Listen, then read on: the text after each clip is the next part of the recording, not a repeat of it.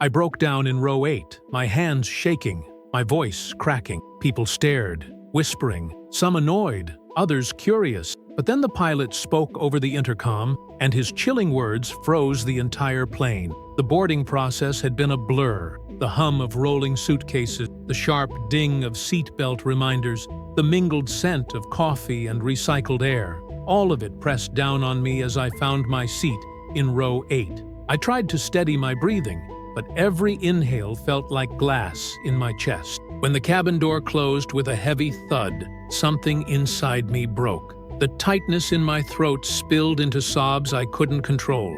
My palms trembled against the armrest. Heads turned. Some faces softened in sympathy, but others frowned, irritated at the disruption before takeoff. "Sir, are you all right?" a flight attendant asked gently, crouching beside me. Her voice carried the practiced calm of someone who had seen panic before. I can't." My words tangled with the tears. Images from earlier that morning flashed through my mind. The phone call, the message I wished I had never read, the words that ripped open something I thought was healed. The man in the aisle seat shifted uncomfortably, pulling his newspaper higher, as if my collapse was an inconvenience rather than a wound spilling into the open.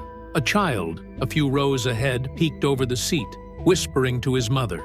A woman across the aisle gave me a look that hovered between pity and annoyance. The flight attendant placed a hand lightly on my shoulder. "Do you want me to call for medical assistance? Or is this something else?" I shook my head violently. "It's not my body. But the sentence never finished. My voice cracked too sharply, and the sob caught like a fishbone. The seatbelt sign chimed. The captain's voice came over the speakers, calm and measured. "Ladies and gentlemen, prepare for departure." But then his tone shifted, dropping lower, cutting through the cabin like ice. His next words weren't the usual instruction. They were something else, something that made every passenger pause mid-motion, seatbelts hanging loose in their hands. And just like that, my breakdown wasn't the only reason the plane had gone silent. The captain's voice didn't ride on the usual airline smile. It dropped like a weight through the thin cabin air.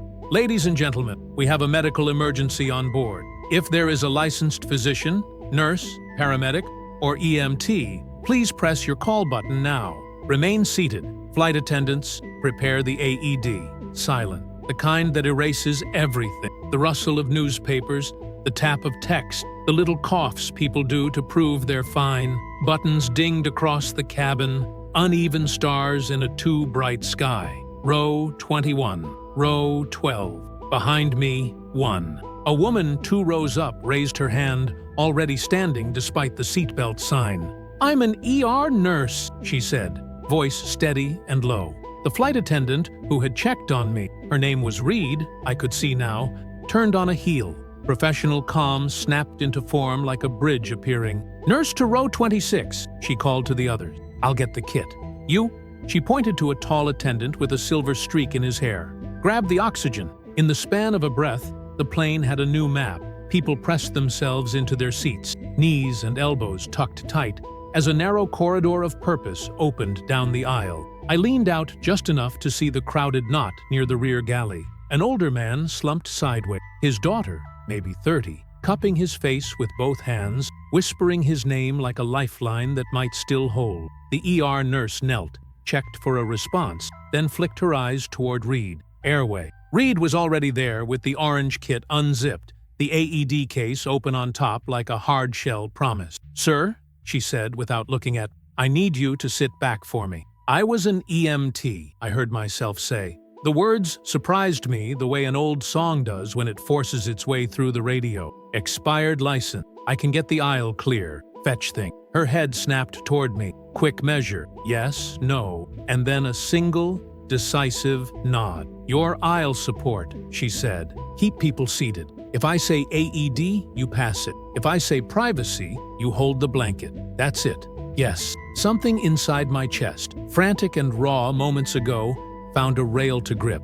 The captain came back on. "We are holding position. EMS is on the way to our gate. Please stay seated to allow responders to move freely." The words on the way stretched across minutes like taffy. The nurse swept a knuckle along the man's sternum. He grimaced. A small miracle. Responsive to pain. she said, almost to herself. Pulse. The Silver Streak attendant called out numbers while fixing the oxygen line. Reed snapped a pair of gloves on with a crack that sounded too loud in the close air. "Dad?" the daughter pleaded. "Dad, open your eyes." He did. One stubborn blink, two, and then rolled back into the gray space where people hover when their bodies are negotiating terms. The AED sat ready like a threat you hope you don't need to use. I turned to the rows around, palms out. "Please stay seated," I said, borrowing the crew's tone, trying it on. They need a clear path. For once, no one argued. The child who had peeked over his seat earlier watched with solemn eyes, thumb paused halfway to his mouth, as if even small comforts needed permission now. Reed looked up. "AED pad," she said. I passed the case hand to hand, the object moving down the aisle on a chain of strangers who didn't know they could coordinate, and then did. The nurse shook her head after a beat. "Hold!" And Reed set the device by her knee, ready but not ravenous. A moment tried to break me then, the daughter's whisper, the thin steadiness of the nurse's hands, the way the cabin had gone from judgment to congregation in 60 seconds. My morning, the message I wished I'd never read, flashed again. "He's gone. Don't come." The sentence had ripped the brakes off my mind and left me skidding. Now, in row 8, with someone else's father between states of leaving, the grief pressed against the present and dared me to look away. "Sir," Reed's voice found me. "Blanket for privacy." I took it, stood between the cluster and the curious eyes, arms a fabric wall. The man's chest rose and fell in shallow loops under the oxygen. The nurse coached his breath like a conductor, coaxing a string section back into tempo. "Stay with me." Squeeze my fingers. The pilot again. "We've requested immediate medical assistance at the gate. Once we dock, please remain seated so paramedics can board. Thank you for your cooperation." His tone held something I hadn't heard from a cockpit before. Unscripted worry, contained but present. Chilling not because of drama, but because it was real. The minutes turned to elastic. The plane inched, pushback reversed. A tug nose-wheeling us toward the terminal. The nurse looked to Reed. "Blood sugar if you've got it." Reed produced a glucometer, like a magician misdirecting death. Numbers, a nod, a gel packet pressed into the man's cheek. The daughter kissed his temple as if that might usher the glucose faster. "Breath looks better," the Silver Streak attendant murmured.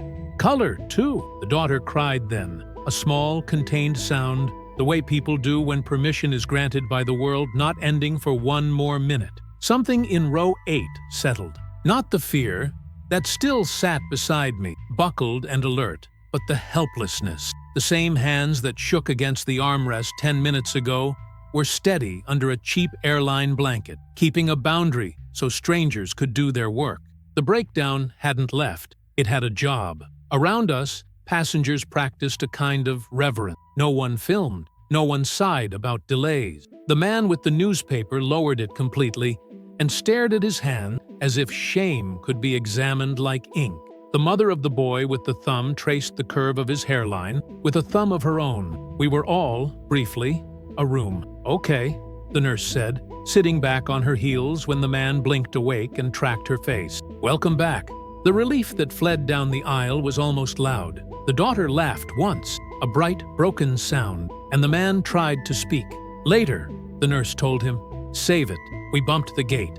The seatbelt sign stayed on. The door cracked. The jet bridge kissed the fuselage with a hollow clunk. Paramedics filed in with the ordinary holiness of people who know what to do. Dark uniforms, bright bags, a stretcher folded like a promise. Reed briefed them in clipped syllables. The nurse handed off. The daughter's thank you was a quiet storm. As they moved past, the man caught my eye.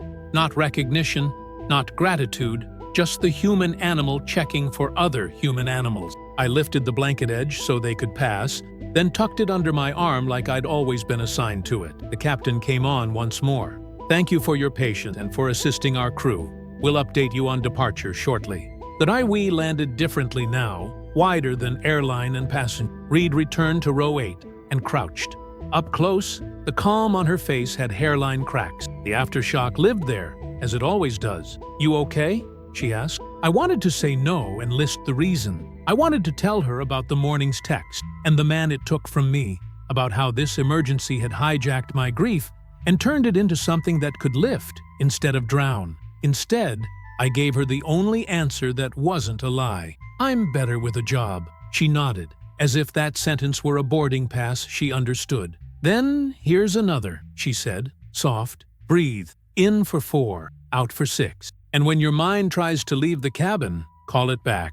I did. The air came, small and imperfect, then steadier. Around us, the spell broke into logistics. Paperwork for Reed, water cups for the daughter, a replacement oxygen bottle clanking into its cradle. But the silence remained for a few beats longer, the kind that people keep when they have met a threshold and stepped back together. The pilot's announcement had frozen the plane. What came after thawed something else, the part of us that waits for permission to be useful.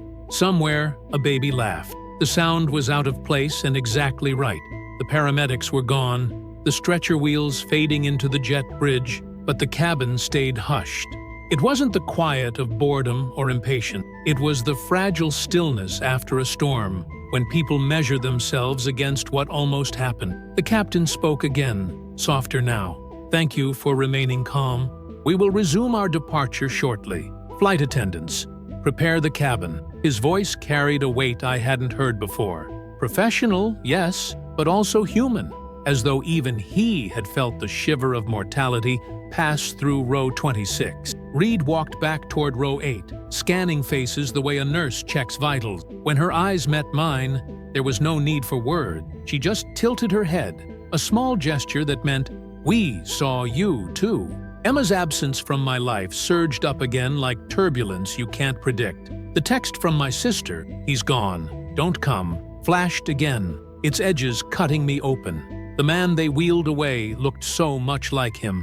That was why I broke, why row 8 had cracked. Across the aisle, the man with the newspaper folded it neatly, aligning the edges as though that small act could erase the moment he'd chosen annoyance over compassion. "I was wrong," he muttered. Not to me exactly, but to the space between us. The mother and child a few rows up turned to look at me. The boy whispered, "Is he okay?" His mother smoothed his hair. "He will be," she answered, but her eyes flicked to mine, as if asking me to confirm it. I nodded once. That seemed enough. Reed's voice returned to the professional cadence. "Ladies and gentlemen, please fasten your seatbelt. We'll be taxiing shortly." But her gaze lingered on me, and her tone carried an unspoken addendum. "Hold on. You've already proven you can." The plane pushed back again. Engines hummed, flaps extended, lights on the wings blinking against the night.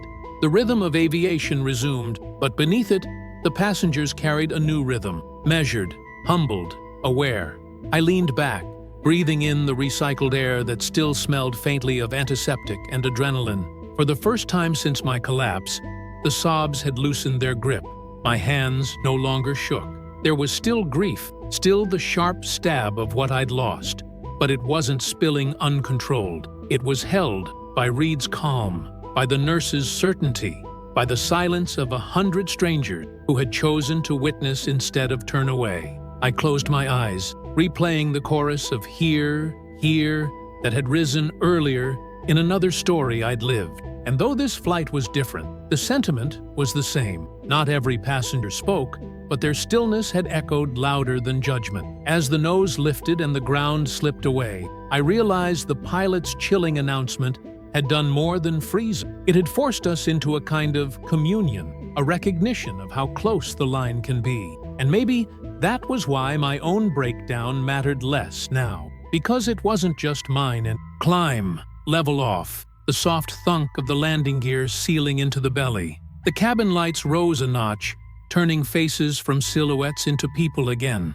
Trays clicked down, shoulders eased. I waited for the familiar return of humiliation. Row 8, the man who lost it. But it didn't come like before. The shape of the plane had changed, or maybe the shape of me inside it had. Reed passed, her hair slightly out of place now that the emergency had exhaled. She tapped my armrest with 2 fingers, the smallest check-in. "How's your air?" "Less jagged," I said. "Good." She angled her head toward the aisle. "I've got service to run. but I'm 2 rows away if your mind bolts for the exit. It had already tried. The text from my sister kept flickering at the edge of thought, like a bad overhead bulb. He's gone. Don't come. My father's name sat behind those words like a door I couldn't open and couldn't leave closed. This morning, I had read the message in a kitchen that still smelled like his coffee, and something in me had come undone. Now I was 10,000 meters up, strapped into a seat, while strangers poured ginger ale and asked for more ice. A rattle ran the length of the fuselage, light chop. Overhead, bins creaked. The seatbelt sign stayed dark, but people tucked their cups anyway. I closed my eyes and counted the way Reed had given me. In for 4, out for 6. On the 3rd round, a shadow leaned in from the aisle seat. "I'm sorry," the newspaperman said. He had folded the paper again, but not so neatly. Its edges were uneven, like he'd given up on presenting himself as orderly. "About earlier, I judged you before I knew anything." "I get it," I said, and I did. Panic looks messy from the outside. So does grief. He hesitated, then added, "My brother died last year. I didn't tell anyone on a flight. I just made everyone around me pay for it." He grimaced, a confession wrapped in a wince. "I think I prefer what you did." "I didn't prefer it," I said, and he barked out a small, startled laugh that wasn't unkind. The cart arrived like a mundane miracle. Reed poured water and set it on my tray without asking, then slipped a napkin beneath the cup with handwriting. "Name 5 you can see, 4 you can feel, 3 you can hear, 2 you can smell, 1 you can taste." A ladder down from a high place. I played along, quiet. The wingtip, a blue scarf, Reed's enamel pin, the exit placard, the scuff on my shoe, the belt against my hips, the paper cups flex, the air on my knuckles, the warm plastic of the armrest, the engine's steady unspooling, ice sliding in a cup behind me. The hush of 100 conversations kept small. Coffee, antiseptic, water, ordinary as communion. It pulled my brain from the cliff's edge and set it on floorboard. A child from 2 rows up stood on his seat and peered back. His mother tugged him down, but he turned and offered me something across the aisle. An airplane sticker, glitter caught in its paint. "For your journal," he announced, with the solemn generosity of 8-year-old. "Thank you," I said, taking it like a relic. When I glanced at the newspaper man, he was smiling into his lap in a way that rearranged his face. The PA clicked. The captain returned, voice lower, unhurried. "Folks, we're settled at cruising altitude. Thanks again for your patience during the medical situation. Our colleague in row 26 is stable and in the care of EMS. We'll make up time en route." He paused, too long for corporate script. "I want to add something I don't usually say. If you're having a hard day, if you got a call you didn't want, if you're sitting in row 8 trying to breathe, tell a crew member, we can't fix life, but we can carry 10% for a while." A hush fell that wasn't empty. Reed looked up from the cart and met my eyes as if to say, "Permission granted." Around us, people's shoulders dipped. Someone sniffed. A flight attendant near the galley put a hand on the wall and stayed like that for a heartbeat, steadying herself against a wave no instrument could measure.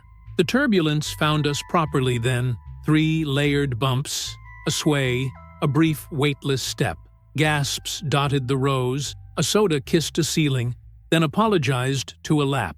The sign pinged on. I felt the old engine reboot in my chest, the automatic panic that mistakes movement for danger. Before it could spool, the newspaper man said, almost to himself, "In for 4, out for 6, and we did it together like 2 kids reading the same line in class. The fear didn't leave. It sat smaller. Reed took the jump seat opposite and spoke to the cabin without the PA. "You'll feel the plane adjust. That's us looking for calmer air. Pilots are already talking to weather ahead. If you're scared, plant your feet, touch the armrest, give your brain a map." I planted, I touched. The map appeared, not a way out, but a way through. When the ride smoothed, the cart resumed its steady progress. People softened into their ordinary. The mother of the boy with the sticker offered me a pen, whispering, "If you want to write a line to remember this by." I scrawled on the napkin, "Grief needs job." It looked truer in ink. Reed drifted back. "You want the Wi-Fi code?" she asked. "If you need to text your family." The thought shocked me, my phone lighting up, The message thread with my sister. Calls to make that would make it real. Not yet, I said. If I start, I won't stop. Then don't, she replied. Altitude isn't for everything. She tucked the napkin more squarely under the cup and left me to my small altar. For a while, I watched the wing. There's something honest about how it flexes. No performance, just physics. The metal bowing and returning, like a practiced grief that doesn't crack the spar. My father had loved pointing out wings when I was small. See that? He'd say. That's how we ride the ugly parts. Another announcement. This one from the forward galley. The ER nurse's voice, amplified but still hers, to whoever passed me the AED and held that blanket. Thank you. You made the work easier. To everyone who stayed seated. Also, thank you. It mattered. A light patter of applause, not the awkward kind, the grateful kind. The newspaper man turned his empty cup in a slow circle. When we land, he said, I'm going to call my nephew before I think of a reason not to. Good plan, I said. The sticker winked in my palm. I imagined my father's chuckle at the glitter. The seatbelt sign clicked off. An aisle bloomed again. So did the small, ridiculous dramas that mean a plane is alive. Someone negotiating a bathroom line like a UN envoy. A couple laughing too loud over a shared video. The soft curse of a passenger, realizing their noise-canceling headphones were off this whole time. All of it tender, because it continued. I wrote one more line on the napkin.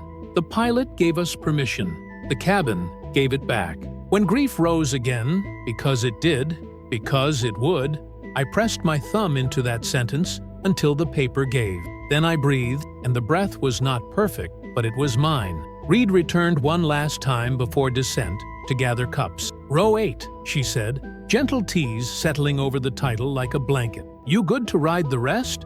I think so. If not, she added, raise your hand. I almost laughed. Like class? Like community, she said, and moved on. Outside, afternoon leaned toward gold. Inside, strangers had names I would never learn, and a shape in my memory I would not forget. A nurse kneeling, a daughter holding, a captain telling the truth, a cabin listening, a man in row 8 relearning how to breathe while the world kept flying. The intercom chimed, softer this time. Folks, we've begun our initial descent into Chicago. Weather's clear, 30 minutes to landing. Please fasten your seatbelts. The shift was immediate. Bags snapped shut, trays clattered, parents coaxed kids to sit still. But beneath the usual choreography was something else, a current of respect, still humming from earlier.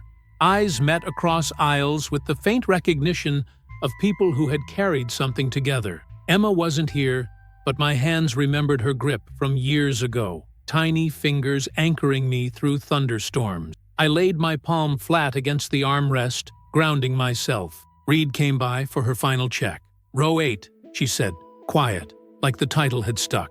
How's the ride now? Less jagged, I admitted. She smiled, faint and tired. That's the goal. Doesn't have to be smooth, just less jagged. A pocket of turbulence rattled us mid-sentence. The soda in my cup jumped, and a chorus of gasps rippled. A woman clutched her husband's sleeve. A teenager muttered, "Oh God," under his breath. I closed my eyes and whispered the count. In for 4, out for 6. And then, as if rehearsed, the boy with the sticker piped up from 2 rows ahead. It's okay. Plant your feet. Touch the armrest. His mother shushed him, but too late. The words traveled. A laugh broke out, soft but contagious. Even the teenager smirked. The descent carried us through one more shudder. This time, several passengers echoed Reed's mantra. Not smooth, just less jagged. The cabin absorbed it like scripture. Through the window, the quilt of city lights spread wider, street lamps threading into constellations below. My throat tightened at the sight. My father would never walk under those lights again. The truth pressed in, heavy, but now it landed differently. The grief hadn't lessened, but it had been carried with me. By strangers, by a nurse kneeling in the aisle, by Reed's unshakable calm, by a boy who offered glitter. Reed leaned down one last time, tucking the latch of an overhead bin. Remember, she whispered, so only I could hear, when the wheels hit, it'll feel rough. But rough isn't falling. The words reached further than she knew. The gear deployed with a thump, and Emma's memory flooded back, the way she used to whisper, "Here?" and wait for me to answer. I mouthed the word into the cabin's low hum. Here. The runway appeared, two burning lines rushing closer. Engines roared, the fuselage shook, and then we were down, rubber screaming against asphalt, the cabin jolting with the violence of survival.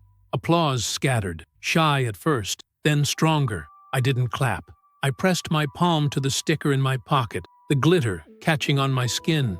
A relic, a reminder. We slowed, turned, taxied toward the gate. My breath was steady, not perfect, but steady. The jet bridge kissed the fuselage with a hollow clunk. A soft exhale ran through the cabin, the sound humans make when permission finally arrived. The seatbelt sign pinged off. People stood in careful bursts, not the usual stampede. The memory of what we'd been together still held a hand on the shoulder of haste. Reed moved down the aisle in reverse, checking latches, scanning faces, straightening a stroller tag someone had folded into a little flag. When she reached row 8, she paused, palm on my headrest, like she was grounding the aircraft through me. "You good to stand?" she asked. "I am," I said, surprised at how true it sounded. "Thank you." She smiled, the kind that belongs to end-of-shift fatigue and a job survived. "Thank you for being aisle support." The line began inching. That old choreography, bag, step, pause,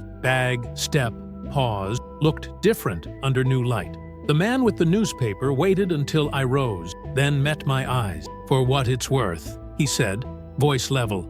"I won't forget, row 8. He folded the paper once more, but this time he didn't hide behind it. 2 rows ahead, the mother pressed the airplane sticker back into my hand. "He says it belongs in your journal," she murmured. The boy peered past her shoulder, face earnest. "Because you help," he added, as if facts could be a benediction. I tucked the sticker against my wallet, feeling its grit like a small, bright promise. At the galley, the ER nurse stood with a paper cup of water. The adrenaline washed off her hands, but still humming behind her eyes. She didn't make a speech. She just lifted the cup in a quiet toast that said, "We did the best we could, and it mattered," without wasting a syllable. I lifted my palm in return. We'd never know each other's name. We already knew the thing that counts. The aisle flowed forward. When I reached the door, the captain stood there, mid-40s, calm posture, the crease at the corner of his eye that says, "Weather lives rent-free in your head." You don't always see captains at the door. This one had chosen to. "Thank you," he said to each passenger. When it was my turn, he added softer, "Especially you." I almost asked him what it felt like to make an announcement that turns an airplane into a chapel. Instead, I said, "Your words changed the room." He dipped a nod, a pilot's economy of motion, like he knew and also wished he didn't have to know.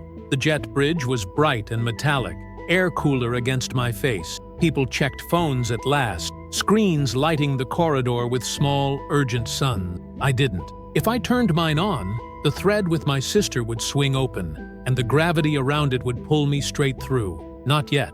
At the gate, the daughter from row 26 stood with a paramedic, answering questions. She caught my glance and mouthed, "Thank you," in the shy way people do when language is a poor fit for the relief they're trying to wear. I gave her a tiny salute with the folded blanket still in my hand. Reed appeared at my elbow and took it, the fabric passing between us like a relay baton. "We'll launder the day out of it," she said, and the line felt holy. The terminal did its terminal thing. Announcements stacked like dominoes. Coffee pulled for the 7th consecutive stranger, a toddler protesting the tyranny of socks. My body tried to interpret the noise as threat. My brain reached for the napkin note, and the count, and the map. Name 5. Gate number. Departure board. A man in a yellow hoodie. A woman's wheeled cello. The long window throwing the runway into the room. 4, you feel. The strap of my bag. The rough edge of the sticker. The cool rail of the moving walkway. The ache behind my eyes. The world reassembled into touchable parts. Near the windows, the newspaperman stood with his phone in his palm, staring at it like a foreign object. When he caught me watching, he gave a half laugh. "If I don't call my nephew now, I'll invent a reason." He pressed dial. His face changed while it rang, the minute tilt you can only see if you've learned to read weather. "Hey, buddy," he said when the line picked up, and his shoulders set into a shape that looked like staying. Down the concourse, the ER nurse sat alone, thumb scrolling. I wanted to go say, "You saved the room," but I knew better. Rescuers don't always want to be retrieved. Instead, I took the long way to the restrooms because the windows along that path gave me a clear view of our aircraft. Wing flexing gently in the breeze, a ground crew tug nosing in like a polite dog. We'd been inside that metal and made a choice to be better than our worst moments. It seemed rude not to pay my respects. At baggage claim, a man in a suit muttered about delays. A carousel groaned awake. A chalked line of patience formed that would break in 5 minutes and muffle into shrugging apology. A little girl tugged at her mother's sleeve and whispered, "He's okay?" pointing toward the paramedics transferring a passenger to a quieter hallway. "He's okay for now," the mother said, choosing both honesty and mercy. I sat on my suitcase and let the fluorescent hum fill in the blanks. My phone stayed dark in my pocket. I wasn't postponing grief. I was making it a place where it could sit without flooding the room. Grief needs jobs. The napkin line was still true. Today, its job had been blanket, aisle, breath. In an hour, its job would be to dial my sister and sit on the floor of a hotel room while we said the unsayable and left the rest for silence. Reed found me there, which startled me because flight attendants are supposed to become myths the moment the door closes. "I had to clock out," she said, "but I wanted to check." She held out a small business card with no branding, just a name and a number. "I keep a list of grief groups near our hub cities. If you want one, text me the zip code you'll be in tonight. No pressure. It's just, sometimes people don't know where to put their hands after the flight." I took the card. "I thought your job ended at the door." "Sometimes," she said. "Sometimes it starts there." She glanced toward the glass wall where our plane sat, now just aluminum and logistics again. "You don't owe me an update, but if you end up needing a map, I know a few." "Yo? Thank you," I said, because there's no better word for being offered a path you hadn't imagined. A bag thumped onto the belt. Mine. I hauled it down. The sticker in my pocket pressed a gritty star into my palm. Reed lifted a hand in farewell and dissolved back into the terminal the way crew do. 1 second human, the next infrastructure. Outside, evening had slipped into the soft blue that makes every airport facade look kinder. Ride shares blinked their hazards. A shuttle sighed and left. I didn't rush to choose. I let the cool air do its work, combing through the heat of the day. When I finally pulled my phone from my pocket, I didn't flinch. I opened the thread. I typed, "I'm on the ground. I'm coming." Then I added the truest sentence I had. "I can carry some of it now." I hit send. The message left like a small light into a long hallway. At the curb, I turned the sticker over once more and slid it into the back of my wallet. Behind a photo of my father holding a paper airplane he'd folded from a diner placemat when I was 6. He'd shown me how the wings bend so the nose doesn't dive. He'd said, "The trick isn't to make it perfect, it's to keep it flying." I raised my hand for a cab. The driver nodded. The trunk popped. My bag thumped in. I climbed into the back seat and, without dramatics, placed both feet flat on the floor. We pulled away. The terminal receded. The day didn't. But the silence it left in me was different, less jagged. Not because the captain made a chilling announcement, because strangers filled the quiet with work and kindness until the fear had somewhere else to sit. Chicago at night looked like a constellation that had spilled onto the ground. From the back seat of the cab, I watched the city smear into lines of gold and red, my own reflection staring back from the window. My face still carried the puffiness of row 8, but something behind it had steadied. The driver hummed along with the radio, unconcerned. Normal life had resumed all around me. Traffic weaving, restaurants glowing, strangers laughing on sidewalks. I realized that the world outside had kept spinning while inside that aircraft we had all been suspended together, holding breath against the edge of loss. At the hotel, I slid the sticker from my pocket before checking in. The glitter caught under the lobby lights. A boy I would never see again had given it to me, and yet it had anchored me more than he'd ever know. I pressed it between the pages of a notebook, a relic already heavier than paper. Later, in the stillness of the room, I finally powered on my phone. The message from my sister weighted like a stone. "He's gone. Don't come." Beneath it, another pinged in while I stared. "Call me when you land. We'll figure it out together." For the first time since morning, I dialed. Her voice cracked on the hello, and mine cracked right back. We didn't have to dress it up. We just breathed together, across states, across loss.